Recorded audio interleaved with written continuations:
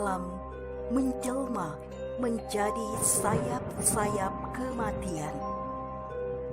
Penulis Anissa Swedia. Dian mencomotkan ikan pada saus merah di hadapannya. Ia mengunyahnya pelan, seolah menikmati bagaimana tekstur potongan daging ikan yang tak pernah ia suka selama beberapa tahun terakhir ini. Berulang kali ia berusaha menelan daging itu, tentu setelah lama ia mengunyahnya.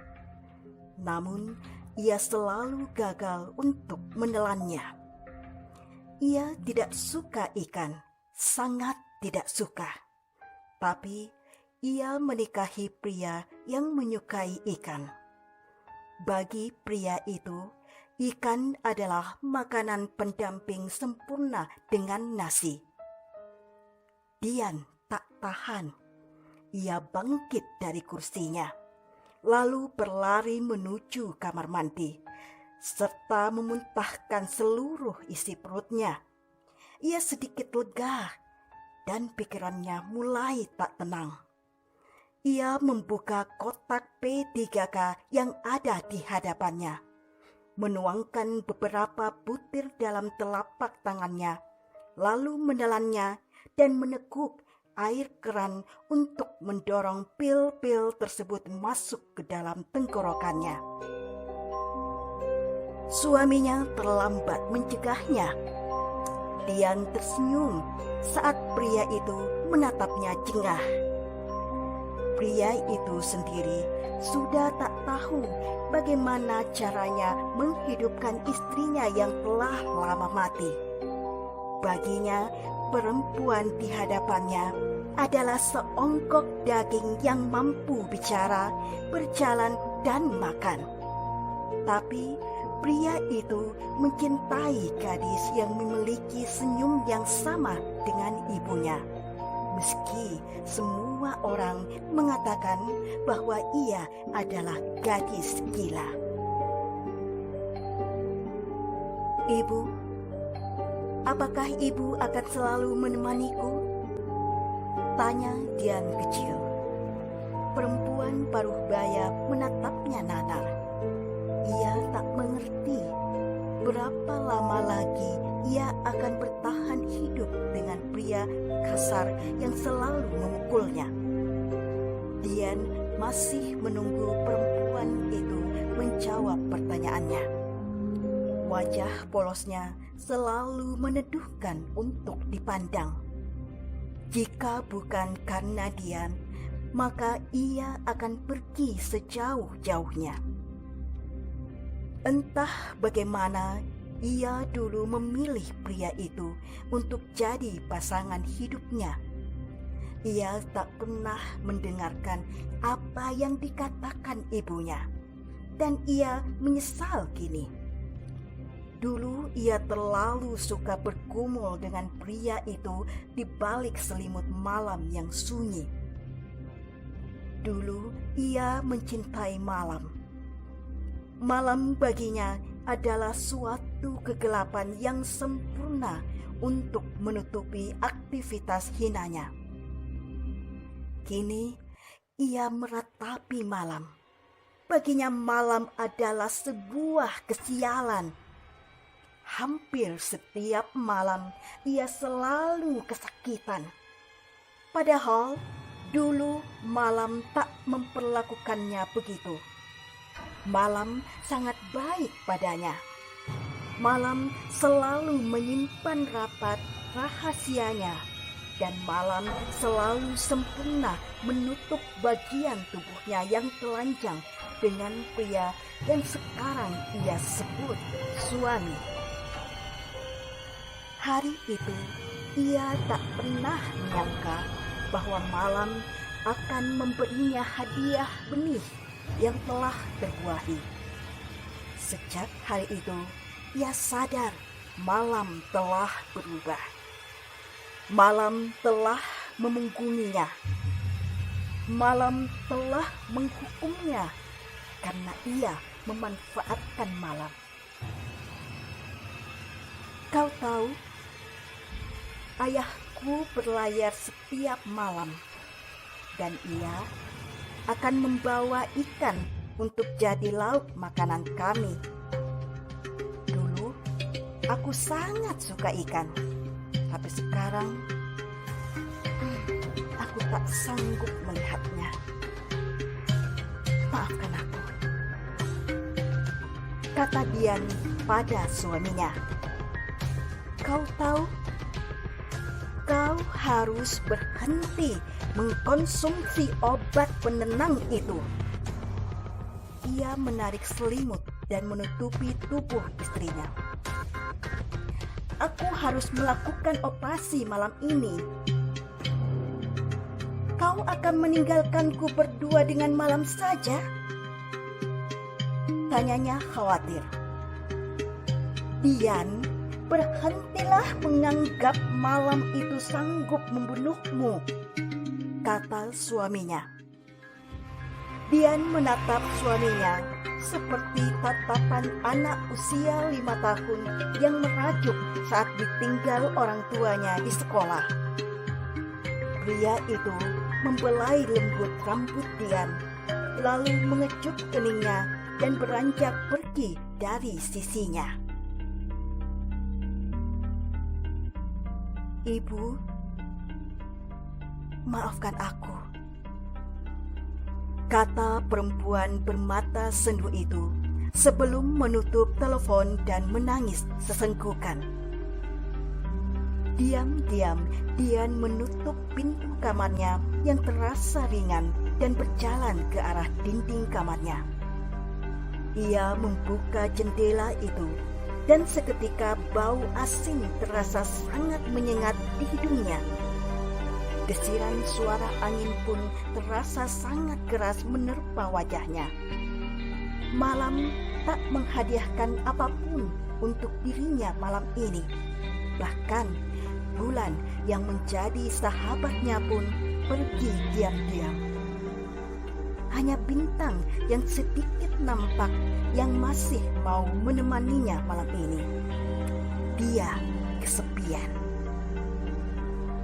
Dian menutup jendela kamarnya ketika ia melihat ayahnya dari kejauhan menenteng sebotol bir dengan susah payah dan berjalan sempoyongan.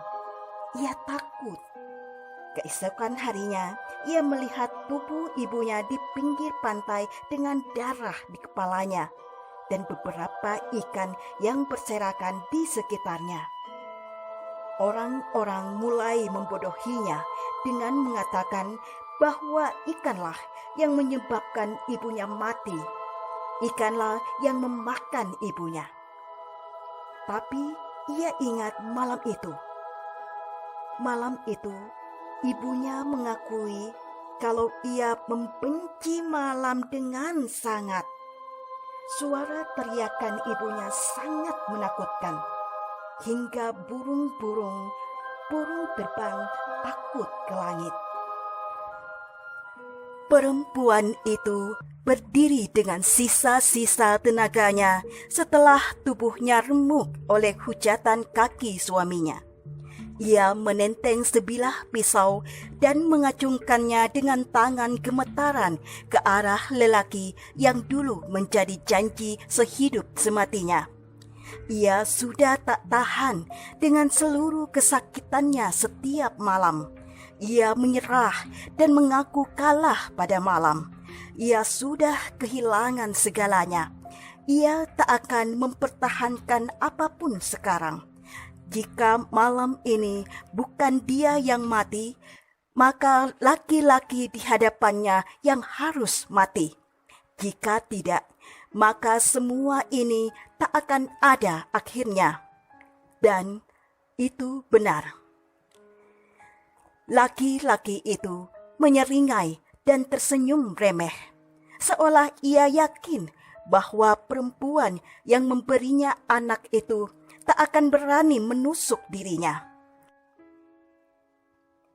Dian memandang malam yang menyeringai kepadanya. Malam itu berbau amis, seperti bau darah dan bau ikan di lautan dekat rumahnya dulu. Ia ingat sekali bau amis yang sama sebelum akhirnya ia sadar bau amis itu bertanda buruk. Dian takut, Dian gemetaran, pikirannya mulai penuh. Ia mencoba memohon kepada malam agar berhenti menunjukkan ikan-ikan yang penuh darah di hadapannya. Baginya itu mengerikan, lebih mengerikan daripada menyayat tangannya hingga berdarah-darah.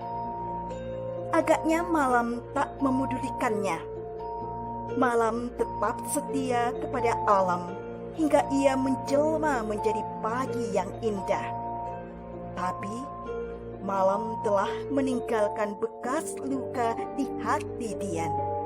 Bekas luka itu sangat dalam. Bahkan Dian tak bisa merasakan apapun, tak bisa mendengar apapun, meski suaminya berteriak panik memanggil-manggil namanya. Kali ini malam dan setan sedang bertaruh. Mereka bertaruh bahwa salah satu di antara mereka akan mati duluan. Memang begitulah kerja setan, selalu memperdaya manusia.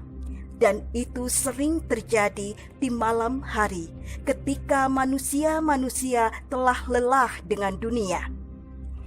Dian mencoba berbicara dengan malam. Ia tak ingin kehilangan ibunya. Jika ibunya mati, maka ia tak tahu harus minta makan kepada siapa. Ia juga tak tahu harus menangis kepada siapa. Jika menangis, ia bisa memilih malam menemaninya. Tetapi malam tak bisa memberinya makan. Maka malam pun berbisik di telinganya yang mungil. Menyuruhnya pergi keluar kamar, menyuruhnya membawa ibu dan ayahnya ke laut. Di sana, malam akan membantunya menemukan cara. Dian keluar kamar. Dilihatnya orang tuanya menatapnya kaget. Ayahnya tersenyum senang. Saat Dian akan lari keluar rumah, tubuhnya yang mungil diraih begitu saja oleh ayahnya. Dian kecil meronta. Ibunya menjatuhkan senjata satu-satunya begitu saja ke lantai demi menyelamatkan putri satu-satunya. Mereka berebut. Sang ayah menang. Dilarikannya Dian keluar rumah. Tak dipedulikannya sang istri menjerit menangis. Dian kecil menangis. Ia tak bisa berteriak. Mulutnya dibekap tangan besar ayahnya. Sang ayah senang. Ia akan mendapatkan banyak uang setelah ini. Ia tak perlu lagi ngutang untuk minum-minum. Ia hanya butuh menyerahkan Dian saja. Hanya itu hidupnya akan bahagia. Ia tahu ia menikahi perempuan gila yang terus berusaha bunuh diri sejak ia temukan di bangsal rumah sakit jiwa. Entah kenapa ia melihat Dian seperti melihat ibunya yang sudah tiada. Ibunya yang mati karena kesepian menunggu ayahnya yang tak pernah pulang. Ibunya yang mati setelah berhasil menjadikannya dokter muda yang sukses. Ia melihat ibunya ada pada Dian. Ia mencintai Dian lebih dari apapun. Mungkin karena ia belum bisa balas budi kepada sang ibu. Ia hanya ingat ia sering meneriaki ibunya yang selalu telat membayar uang sekolahnya dan tak memberinya makan yang layak. Kini ia rindu itu semua dan menyesal tak pernah memerhatikan ibunya yang bahkan pernah tak makan hanya demi agar dirinya tak lapar. Ia menyesal dan tak menemui ampunan. Ia menunggu dengan cemas. Seharusnya ia tak meninggalkan Dian sendirian dengan Malam. Seharusnya ia menemaninya. Ia sudah tak tahan dengan rindu yang bertubi-tubi kepada ibunya. Ia ingin segera berkumpul dengan ibunya. Malam itu, Dian ingat ia terjatuh dan kepalanya terbentur salah satu perahu nelayan yang tergeletak di pantai. Samar-samar ia melihat ayahnya menjadi iblis yang mengerikan. Samar-samar ia melihat kepala ibunya dibenturkan berkali-kali ke sisi perahu oleh Malam yang menyatu dengan ayahnya, sehingga ayahnya berubah menjadi iblis hitam yang mengerikan. Ia yakin yang dilihatnya bukan seorang ayah, melainkan seorang iblis. Ayah tak akan semengerikan itu. Dian tersenyum melihat Malam menggandeng ibunya. Malam berbisik dan bertanya apa Dian ingin bersama ibunya. Dian mengangguk cepat. Malam kemudian meminta Dian untuk bangkit dari tempat tidurnya dan menemuinya di laut. Malam mengatakan bahwa ibunya dan dia akan bersama di sana. Dian berkata ia tak suka aroma asin laut, ia tak suka aroma ikan, dan ia tak ingin ke sana. Lalu, maukah kau pergi ke atap bersamaku? Di sana angin akan mengantarmu menuju ibumu. Kalian akan bersama. Dian berpikir dengan ragu. Ia melihat wajah suaminya yang telah kelelahan sedang tertidur pulas di sofa dekat pintu kamarnya. Dian mengangguk ragu-ragu kepada Malam. Dian menoleh. Ia melihat wajah suaminya yang nampak pucat sedang memandangnya ketakutan. Dian tersenyum. Angin malam dengan kasar mengibarkan rambut hitamnya. Aku harus menemui Malam, sayang. Ia berjanji akan mempertemukanku dengan ibu. Dia bilang, aku hanya harus menyatu dengan angin saja. Sampai jumpa, sayang. Semoga Malam masih mengizinkanku mengunjungimu di malam-malam yang lain. Kata Dian sebelum tubuhnya terbang dengan udara. Tak ada yang bisa melihat sayap di punggungnya. Dian terbang dengan bahagia bersama angin dan Malam yang menjadi sayapnya. Ah, ibu, akhirnya aku akan menyatu dengan dirimu.